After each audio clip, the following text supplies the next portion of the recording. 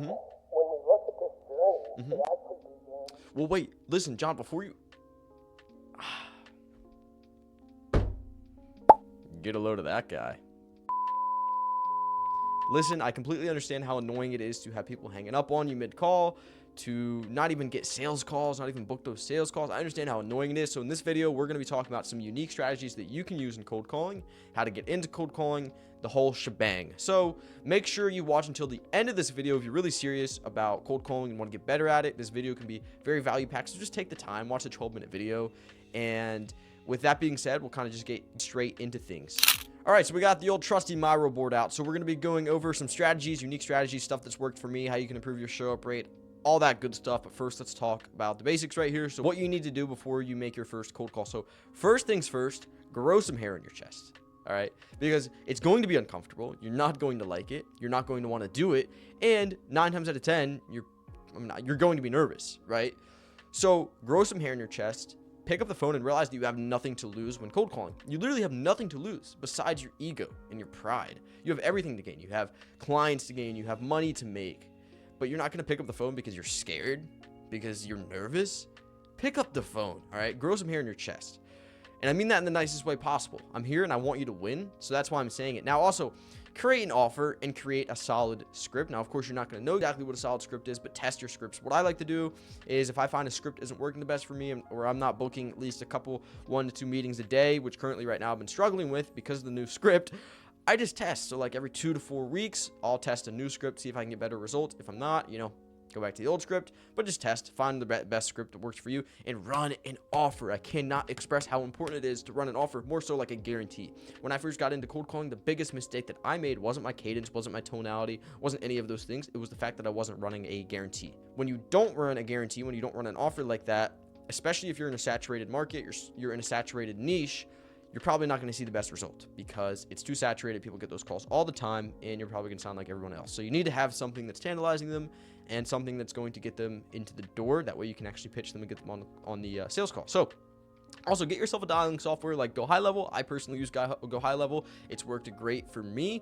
And then practice your script and get more comfortable. You should always be practicing your scripts. Now let's talk about cold calling strategies, the ones that I've tried. So strategy 1 right here. So the emotional engagement, which is the pain point. So let's talk about the pain points in this script. Now, very briefly, just reading through it. So realtors that are frustrated with places like Zillow and Realtor.com. So we're calling those realtors out, right off the bat, paying for shared leads that don't pick up the phone. Another pain point. Okay, now here's something here. I've also heard word of mouth is pretty good. It's just too inconsistent and it doesn't push the needle forward far enough, which is another pain point because for a lot of agents, referrals work great, but it doesn't push the needle forward far enough for them. Therefore, it's just not as effective, and it's not going to get them to where they want to be. Now, in here, I pretty much rephrased what I said up here. In terms of lead quality, we go a step further by employing thorough, qualifying, nurturing lead processes, just touching on pain points of what people want to hear. And then after, we're like, hey, you want to book in just a 30-minute call? That way we can talk about things and see if this will be a good fit for you. Now, let's talk about the direct value proposition. And anyway, that's what I call it. So, great. So I'm actually the founder of a company called Green Advertising, and we help realtors with generating leads that actually convert. So our advertising strategies are designed to bring in qualified sellers and buyers directly to you. That way you can focus on what you do best, John, which is actually closing the deals. A lot of agents struggle with consistent qualified leads, and we aim to solve that problem for you. And the main reason I'm calling you today is because we're looking for 1, maybe 2 really good agents in your area to partner up with, etc., etc. As you can tell, I speed ran that script just for the sake of the time in this video. But let's talk about this. So I'm really getting directly into the value. Like I'm cutting straight to the chase in this one. Of course, I'm mentioning some pain points because you have to do that. So consistent and qualified leads. We aim to solve that problem for you. Now the differences between this script, number 1, this one's a lot bulkier. This one's a lot more concise. And this one just drags it on a little bit more. Now, I've actually found that with this script in particular, it works okay. I've tested other variations of emotional engagement scripts, and this is the one that's worked best for me. However, it does not work as well as the direct value proposition, which has worked the best for me. So with the direct value proposition in that script right there, I was booking around 2 meetings a day out of 50 cold calls, or I think at the time I was doing around 35. So I was booking 2 meetings out of 35 calls. And with this one, I'm booking 1 to 2 out of 50. So this script's obviously better, right? But we need to figure out why is this script better? And I think it's honestly just because it's more concise and realtors resonate with that a lot more. Now, obviously, you need to have a killer opener as well. I mean, you need to get people to let you actually give you the 30 seconds. So I like to say, hey, can I just have 30 seconds every time? If you don't like me, you can slam the door in my face. Something like that. I mean, I don't know. So I'm just straight spitting here. So as far as scripts go, you should try and keep it as concise as possible and stick with something of this type of format. Obviously, don't copy my script to the exact T. I don't suggest you copy it at all, but I suggest going out and actually making your own script. It's really not that difficult to do. Just don't be a lazy guy or a lazy lady. Don't be lazy, all right? Now, I really quickly want to talk about some of the middle ground stuff. So, like, these are more so some tips for you in cold calling. So asking questions is so very important because you're going to have people that say, I'm just not interested. Okay. Why? Why are you not interested? I'm throwing this killer deal at you and you're just going to say you're not interested? I mean, come on. All right. So people are just going to say they're not interested. That's when you have to say, well, John, why aren't you interested? well, I don't like the whole idea of online leads and whatever the case may be. That's when you say, why don't you like the idea of online leads, John? Just ask questions. You can't stop when you hear I'm not interested unless they give you something that's actually reasonable. Like, I literally can't take on more clients right now, in which case you say, oh, okay, so you couldn't even take on 1 to 2 extra per month. No, I really couldn't. Okay, that's completely fine. I completely understand that, and that's great for you. I commend you for that. How about this? Can I call you back in XYZ amount of time? Yes. Okay, great. Can I get an email from you? Sure. It's john@do.gmail.com. You know, whatever the case may be. Put them on an email sequence. Follow up with them.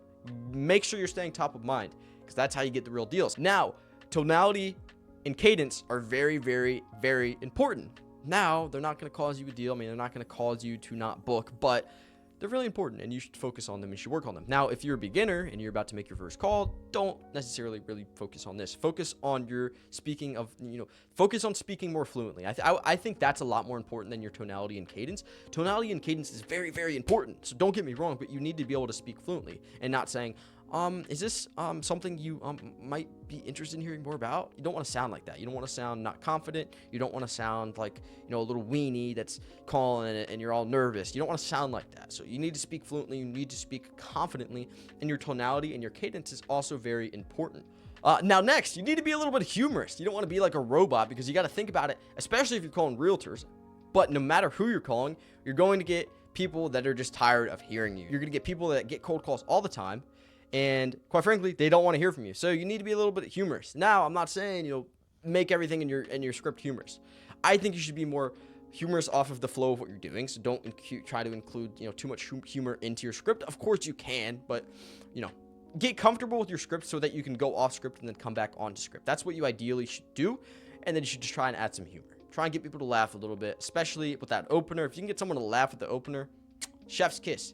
You got it. All right. So, also sell the meeting and not the service. I'm glad I put that one on there. That is very, very important because you're not trying to sell the service, guys. We are not trying to sell the service. We're trying to sell the meeting. Of course, you want to include the value and exactly what you're doing and stuff like that, but you're not trying to sell the service. You're trying to get them on that meeting so that you can sell them the service. Okay? And also, do not disclose the price on your cold call. Just say, this is the example I always use, and it's true. This is very, very true, especially for the space that we're in. It's like, if you were to bring your car to the mechanic and your mechanic were to give you an estimate before they even look under your hood, do you think that mechanic's trying to rip you off, or do you think that mechanic genuinely knows what's wrong with the vehicle? They're probably trying to rip you off. We work in the same sense. We can't tell you a good price until we figure out what's wrong in your business. I mean, what are you looking to achieve? What are your problems? Et cetera, et cetera. You can't name the price. You're going to scare people away. Next, people remember how you make them feel, not what you say. So make them feel a certain way. Make them feel like they're heard. Make them feel understood. Make them feel excited to get on your call. Now, making them feel something is great, especially on that first cold call portion, which I strongly recommend you do, but you should also be carrying it over in the emails that you're sending, which is something we're about to get into in just a moment. So if we come down here to actually how you improve the show up rates, this is very important. Email and SMS reminders. Some people don't do those. Why do you not do those? It's so easy. Get on Go High Level, set up an automation where you just remind someone and confirm it. That's it. I mean, come on, it's not that hard. Thank you, John, for booking in your call. I look forward to speaking with you, but you don't want to be super, super basic, all right? You want to add some value. You want to get people excited, so you want to mention the guarantee and how you can help them and all that good stuff. You don't want to go overboard, but you also don't want to keep it super, super simple. Of course, simplicity is key, but you don't want to be boring, all right? I'm going to put it in that way. You don't want to be boring. You want to include the value, and get people excited to join the call. Make them feel a certain way. Okay, remember, people will remember how you make them feel, not what you say. So next, you need to build trust. Building trust is so important, and that's 99% of the reason on why people do not show up to your meetings, because they don't trust you, they don't see the value, they don't know what's in it for them, and the reason they booked the call in the first place is either A, to get you off the phone, or B, because in the moment they thought that sounded like something they needed. So you need to build the trust, you need to put the value behind it. And again, add value to your emails and SMS. I didn't even read that. And use testimonials in your emails if you have them. Using testimonials is very, very powerful. And if you can leverage them and use them, it's great, because it shows people that you're trustworthy.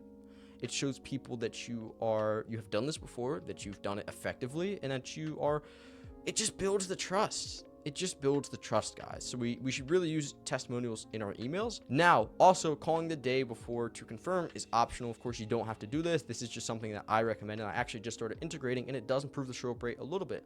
Not just calling them and being super boring.